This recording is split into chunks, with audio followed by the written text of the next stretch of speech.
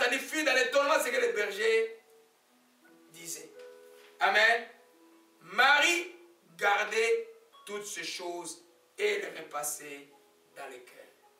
Marie gardait toutes ces choses et les repassait dans le cœur. Alléluia. Gardez les choses dans le cœur. Ce que Dieu t'a donné, tu n'as pas besoin de pardonner. C'est Dieu qui t'a donné, ça va se manifester, que tu le veuilles ou pas.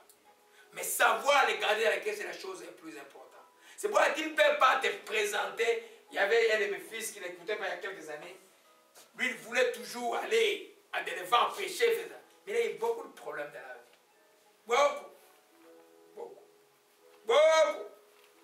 Dieu, quand tu es de Dieu, laisse-toi inviter. Ok?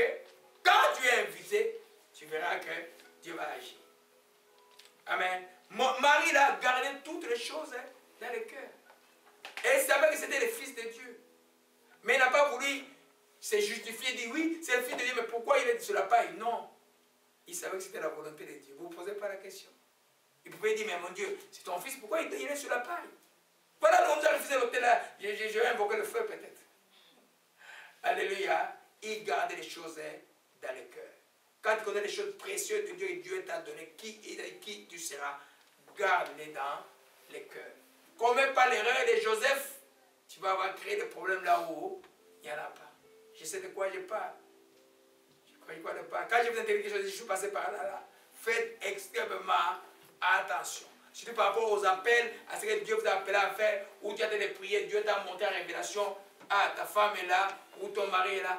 Garde-les dans le cœur. Ok? Mets-les en prière. Alléluia. Amen. Alors nous voyons que, ça c'est, on va terminer par la dernière catégorie. Joseph et Oshimanakamanakaya. Nous avons parlé, Dieu visitera ceux qui les craignent, ceux qui les servent. Amen. Ceux qui sont humbles, ceux qui les craignent et ceux qui les servent. Alléluia. Amen. Alors, vous voyez que maintenant, quand l'enfant a eu 8 jours, selon la coutume juive, on devait l'amener, on devait faire la circoncision. Amen. Et on l'a amené au temple. Non, pour la présentation au temple plutôt. On devait amener à la présentation du temple d'abord. Alléluia. Vous voyez que, alors on peut dans Luc chapitre 2, au Shimala, au verset 25.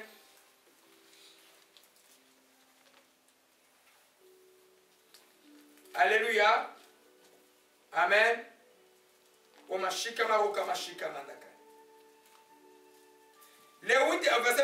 8e jour auquel l'enfant devait être circoncis est arrivé, on lui donna le nom de Jésus et nom qui avait été indiqué, que l'ange avait indiqué avant qu'il fût conçu dans les seins de sa mère. Quand les jours de la purification furent accomplis, selon la loi, Joseph et Marie la portèrent à Jérusalem pour les présenter au Seigneur. Suivant ce qui est écrit dans la loi, tout mâle-né sera consacré au Seigneur. Donc il doit amener au temple.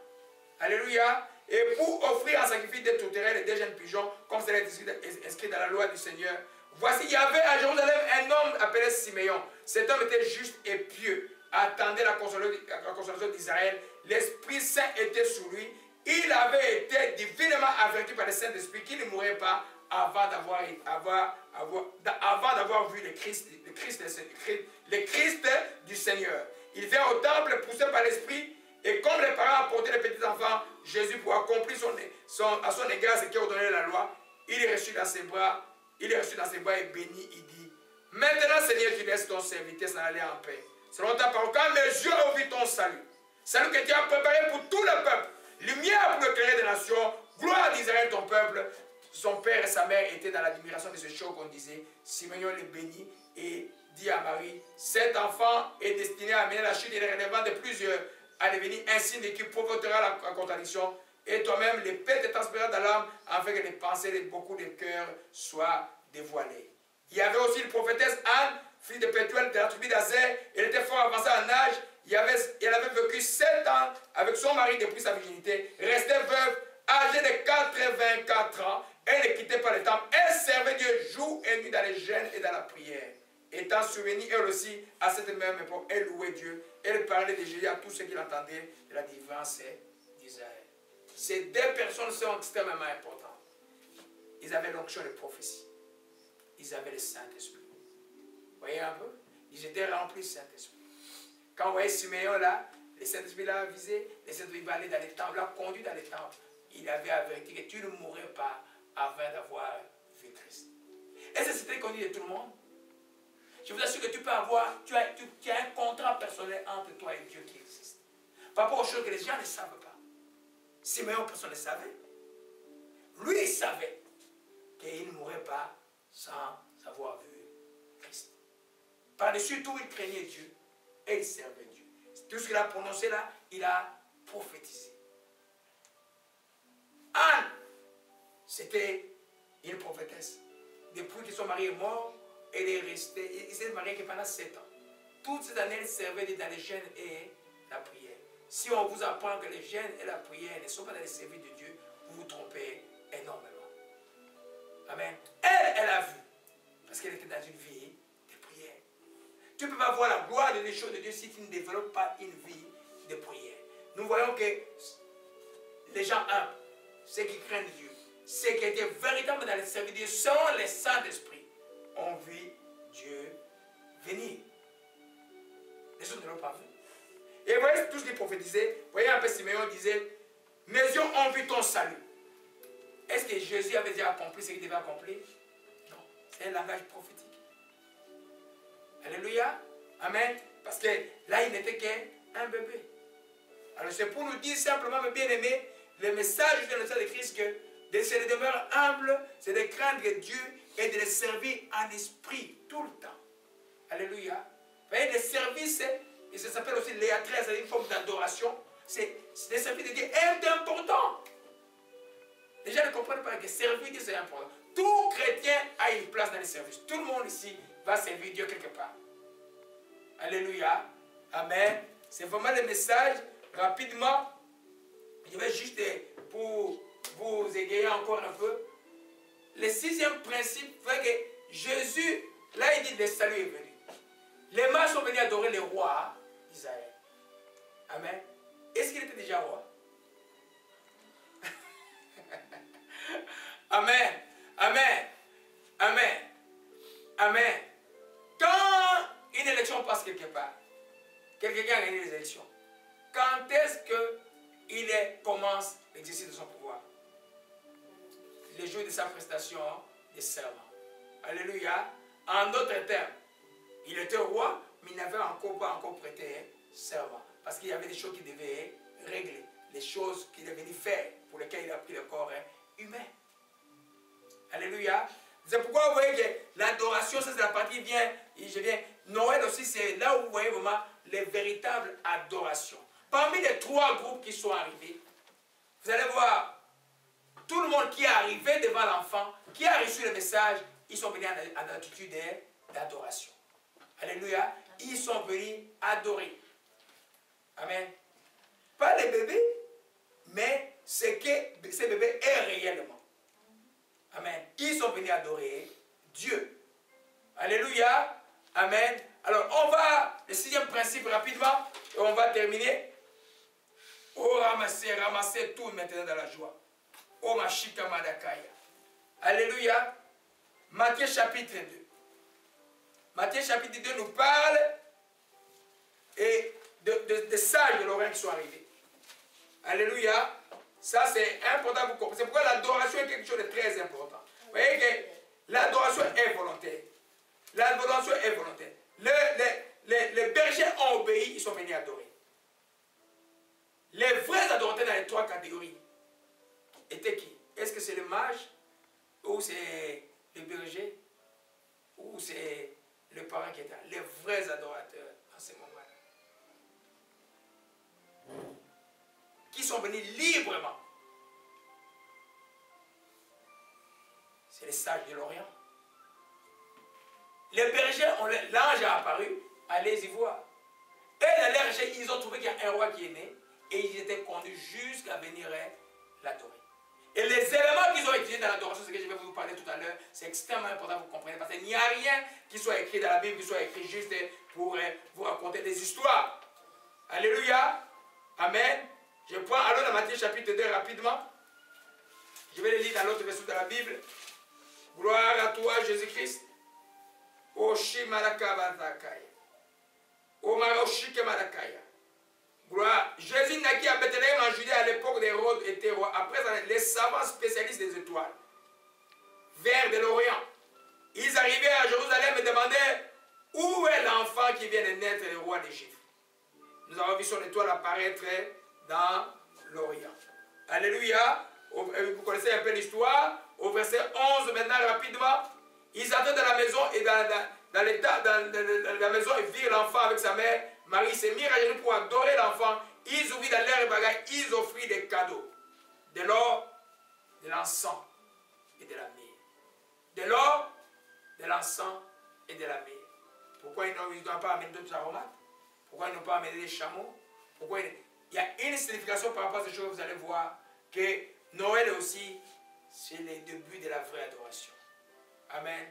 C'est pourquoi si tu veux adorer Dieu véritablement, tu dois comprendre que l'adoration se fait librement. Ces gens-là, ils ont quitté chez eux. C'est des spécialistes et des arts, comme je vous disais tout à l'heure.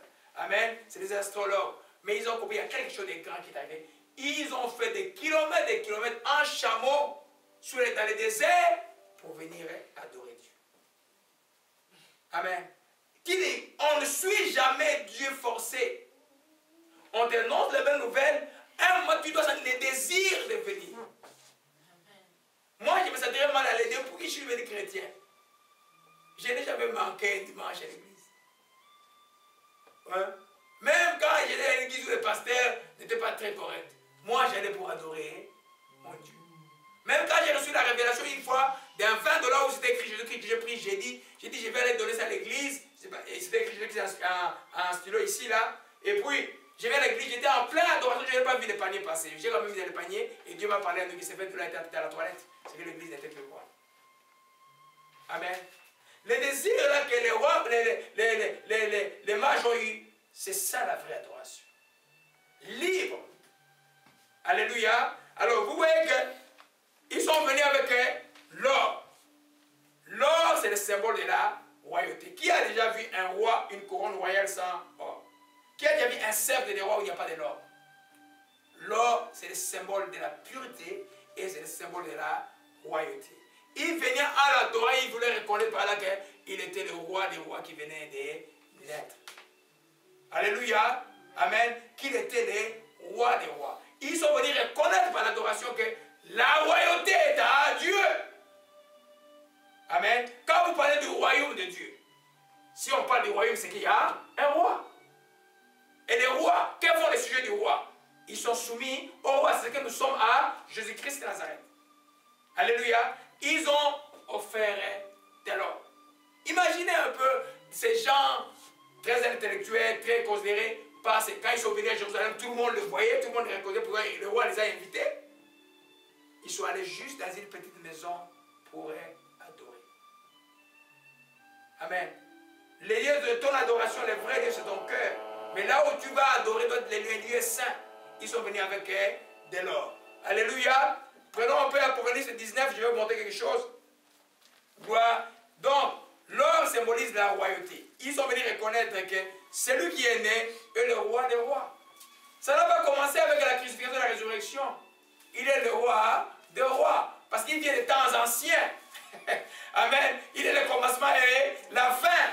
Il a marqué une pause pour prendre simplement la chair humaine pour me sauver, pour te sauver. Mais il est le roi des rois. Oshima la condensée, connaissez la paix maintenant. Alléluia, gloire à Jésus, que ton nom soit béni. Apocalypse chapitre 5, verset 11 dit, j'ai regardé, j'ai entendu la voix de beaucoup d'anges autour du trône des êtres vivants. Leur nombre était de myriades, de myriades, de milliers, de milliers. Ils disaient d'une voix forte, à l'agneau qui a été moulé, digne de recevoir la puissance, la richesse, la sagesse, la force, l'honneur, la gloire et la louange. Amen. Ça, c'est des choses qui sont réservées au roi. Amen. La puissance. Avez-vous déjà vu un roi sans puissance? Avez-vous déjà vu un roi sans richesse? Avez-vous déjà vu un roi sans sagesse? Amen. Vous connaissez un roi qui était très cher, c'est appelé Salomon. Alléluia. Avez-vous vu un roi sans force? Amen. Avez-vous déjà vu un roi qui n'a pas d'honneur? Avez-vous déjà vu un roi sans gloire? Ou un roi comme les faux rois qui avaient les faux comme Mobutu dans sa gloire au Congo là, les gens les dansaient pour qu'il était Dieu. On ne pouvait pas imaginer qu'il pouvait mourir. c'est ce que vous paix à son âme. Vous comprenez un peu, ma bien-aimée? Alléluia. Donc, toute la royauté est représentée par l'or qui est représenté. C'est pas quand tu adores Dieu, sache qu'il est le roi des rois. Amen. Car à lui, ils ont dit, tout le monde a dit, lui là, il est digne. Mais là, les mages, voyez, ils étaient comme dans son alpha sur la terre. Ils savaient que c'est là où il est là, il va accomplir sa mission. Rien ne peut l'arrêter parce qu'il est Dieu. Venons les reconnaître. Amen. L'or. Amen. C'est pourquoi vous aussi, quand vous l'adorez, on vous appelle les vases. Il y a une prophétie, un des jours, il y a tellement de prophéties, je vous dis, vases d'or. Il y a des gens qui sont devenus des vases d'or. Vases d'or, tu es utile pour les services. Alléluia. Il ne faut pas être des vases vides qui vont te casser des mains. La vase d'or, tu ne peux pas casser la vase d'or, c'est dur. Alléluia. Amen. Amen. Toutes les créatures qui sont dans les cieux, sur la terre, qui se disaient, ah, c'est lui qui a su sur la terre, à l'agneau soit la gloire, l'honneur, la gloire et la force au siècle des siècles. Les quatre êtres vivants disaient, Amen, et viens se prosterner et adorer. Signe d'adoration. 1. 2. L'encens. Ils sont venus avec l'encens. Il y en a beaucoup qui n'aiment pas beaucoup l'odeur d'encens. Hein? Amen. Mais l'encens, dans le culte ancien, partout, il y avait de l'encens. Alléluia. C'est dans le judaïsme, aujourd'hui, il y a de l'encens. Dans le catholicisme, c'est l'encens. Je vois les prêtres enfiler la terre là. Moi, c'est pas cette fumée là, je la fuis. Amen. Oui, on mettait l'encens. Amen. Mais c'est un symbolisme spirituel, l'encens. L'encens, c'est récemment le sacerdoce ou la prêtrise de Jésus-Christ. C'est vrai que Jésus est le grand prêtre, le grand sacrificateur pour nous aujourd'hui. Amen. C'est lui qui défend notre corps, qui défend d'accord devant Dieu aujourd'hui. Jésus n'est jamais contre toi. Jésus viendra contre toi le jour où il reviendra. Si tu as mal marché, ah là tu vas reconnaître sa face. Jusqu'à son retour, il est pour toi. Et contre l'ennemi. Il défend ta cause. Ils sont venus avec l'encens.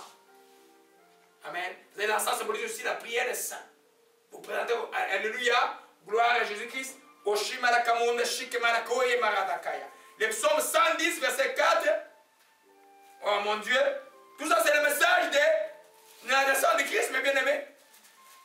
Hein? C'est les deux chapitres. On est toujours dans les deux chapitres 1, 2. Gloire à Jésus-Christ, mes bien-aimés.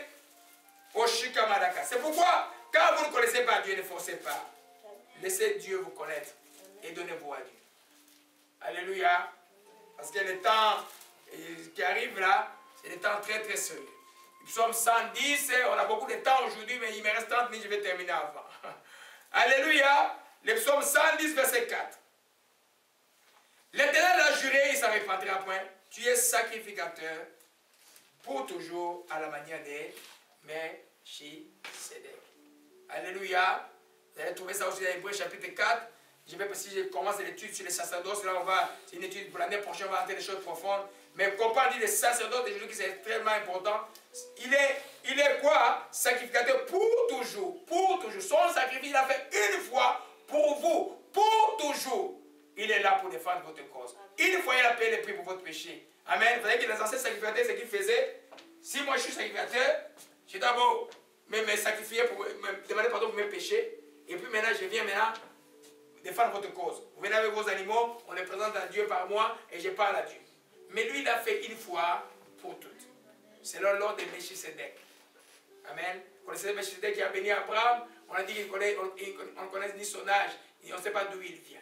Amen. Ce n'est pas une représentation de Dieu. Amen. Il est le sacrificateur de Dieu. C'est-à-dire que lui, il défend sa cause. Il est mort pour toi. Tu n'as pas de raison d'être loin de lui. Il t'aime tel que tu es. Il veut te voir bien. Il veut te voir béni. Il veut te voir éclairé. Aujourd'hui, il y a beaucoup de sectes, beaucoup de choses. La parole n'est plus annoncée là. Amen. Amen. Oh, Shimarakaya. Vous voyez, il y en a qui ne connaissent même pas les signes des temps. Oh, ils attendaient la fin du monde le 21 décembre. Je vous avais dit qu'il n'y aura rien. Il n'y aura rien. Vous comprenez un peu? Voilà la séquence des choses. D'abord, l'enlèvement des saints va se faire. Ah, ça va être terrible pour ceux qui vont rester. Et puis les 7 ans de tribulation. Oh, avec l'antéchrist qui va régner là. Oh, chrétien, si tu n'as pas les premiers bateaux, tu vas regretter toute ta vie. Et puis, le millénium. Là où moi je serai gouverneur à Fèche. Alléluia. Je me vois dans mon village, là je suis. C'est là où je suis à Fèche.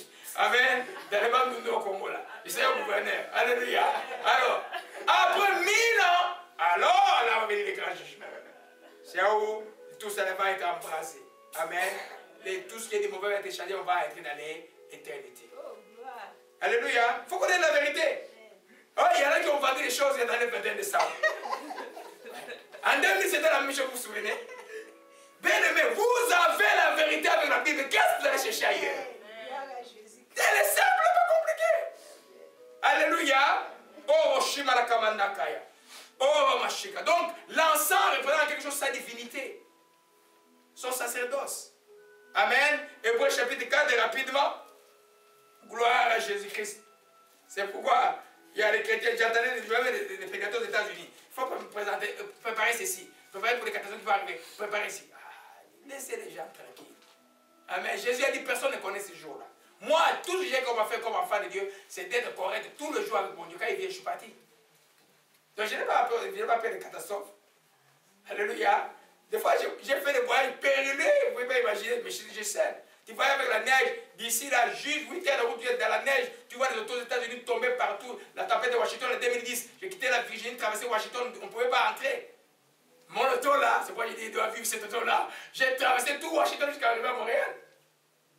L'auto était comme une coquille de neige et de glace. Il fallait qu'à la station de casse avec les marteaux pour que l'auto respire un peu. Alléluia. Dieu sait et Dieu protège. Hébreux chapitre 4. Amen. Pour vous présenter l'encens. Amen. Ils sont venus montrer que lui là, que le bébé qui est là, c'est lui qui va porter les péchés du monde entier. C'est lui qui va se sacrifier. C'est lui qui va défendre la cause de l'humanité, la cause de l'homme. Jésus est le défenseur de l'homme. Jésus n'est pas l'offenseur de l'homme. Amen. Alléluia. Vous ne pouvez pas comprendre comment Dieu touche les gens ce jour ici. Ceux qui annoncent l'évangile en faisant peur aux gens, ça ne marche pas l'histoire de faire peur. Les gens ils sont déjà suicidaires. Tu les fais peur quoi. Ça ne marche pas. Si tu dis au Québec l'évangile de paix, ça ne peut pas marcher. Parce qu'ils sont déjà suicidaires. Alléluia. Utilise l'évangile de l'amour.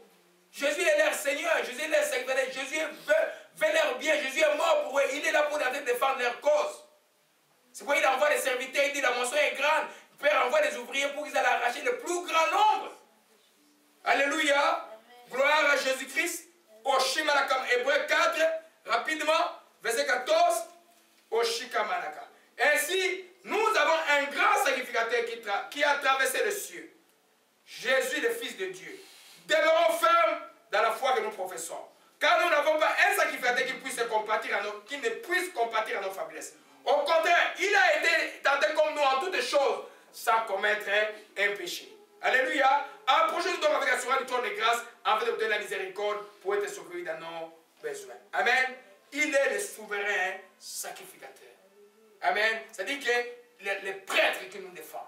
Amen. Il dit, vous voyez que lui, pourquoi? Parce qu'il a pris la forme humaine, il a été tenté de toutes manières, mais il n'a pas commis le péché pour être un sacrifice parfait devant Dieu. Pour que toi, aujourd'hui, qui es tenté tout le temps là, sache que ça ne se fera rien. Amen. Tu es tenté, va comme moi au miroir. Et toi là, tu veux me tenter? Moi, avec moi, ça ne marchera pas. Je me parle au miroir. Je ne sais pas que mes enfants m'écoutent, je ne sais pas s'ils écoutent, mais moi, je n'ai pas honte du diable là.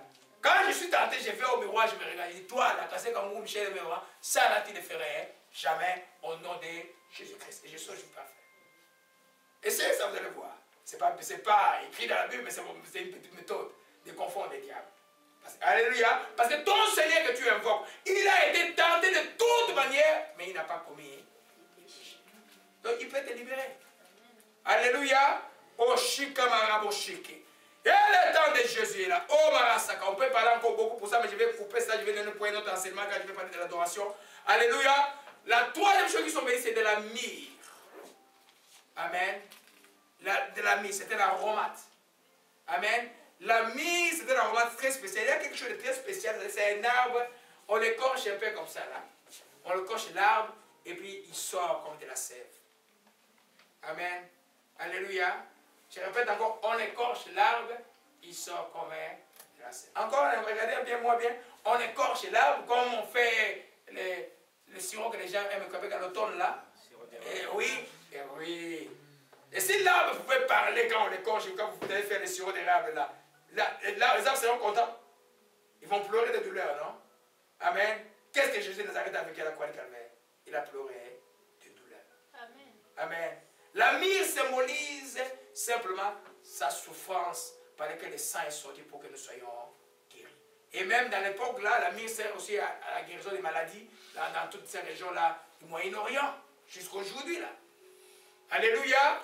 Amen. Alors, aujourd'hui, il y a beaucoup d'informations. Quand vous allez sur l'internet, lisez sur ça là, parce qu'il n'y a pas l'enseignement caché là. Allez lire pour comprendre, parce que nous sommes vraiment dans l'état où la connaissance est très élevée. Amen. La myrrhe représente non seulement sa mort, son humanité, mais aussi l'amour que Dieu a manifesté à travers Jésus-Christ. Amen. Alléluia. Donc, les écorchures là, quand on fait, c'est là où la myrrhe sort. Une myrrhe fraîche sort d'elle-même. Il y en a, c'est tellement fort, ça craque, le truc et ça sort. C'est ce qu'il y a dans les parfums aurifiants de l'époque de Moïse pour faire l'huile d'onction et on prend cette myrrhe-là qui se craque soi-même. Jésus a offert lui-même son corps pour être brisé, afin que nous soyons guéris. Et dans l'adoration, ces gens de l'extérieur, de l'Orient, c'est eux qui ont apporté là. Tous les Juifs étaient distraits. Alléluia. Amen. C'est pourquoi vous trouvez là, au Shikamala, un vrai adorateur de Dieu, c'est celle de Saint-Esprit qui les conduit. Quand tu deviens adorateur, tu ne sais même pas pourquoi tu adores Dieu. Alléluia. Gloire à Jésus-Christ. Donc la mise c'était un sectique qui mettait dans son corps. On va aller un peu dans Jean 19. Jean 19. Et on va terminer par là. Gloire à Jésus-Christ. Gloire à Jésus-Christ, que son nom soit béni. Voilà le temps de Dieu. Là, le temps de Dieu, c'est maintenant. Prophète, il est guéri, il est guéri, il est guéri aujourd'hui, il est guéri. Il est guéri simplement, il est guéri dans la joie. Gloire à Jésus-Christ. Oh ma chikaï. Jean 19, verset 39. Alléluia. Amen. Après cela, verset 38, Joseph d'Arimathée était disciple de Jésus, mais en secret par crainte des Juifs, demanda à Pilate la permission de prendre le corps de Jésus, et Jésus le permit. Il vient donc pris le corps. Nicodème, qui auparavant était allé de nuit vers Jésus, vient aussi apporter un mélange de 100 livres de myrrhe et d'aloès. Amen. Ça symbolise l'humanité de Christ, que lui qui est roi avec l'or, lui qui est prêtre ou Dieu, et puis il est aussi un homme qui devait mourir pour les autres. La Bible dit que vous êtes sauvés par un seul nom, Jésus-Christ. Et Jésus-Christ est homme. Jésus, littéralement, dans les cieux, il a encore un corps. Et quand il a apparu à Thomas, il a dit, regarde, mets ton doigt ici. Quand il a apparu ici, il dit, un esprit mange du poisson, il a mangé du poisson. Il est littéralement, il a un corps dans les ciels aujourd'hui là. Alors, ce corps glorieux qui est venu de ce corps qui était meurtri. Alléluia. Donc, ils sont venus avec les trois choses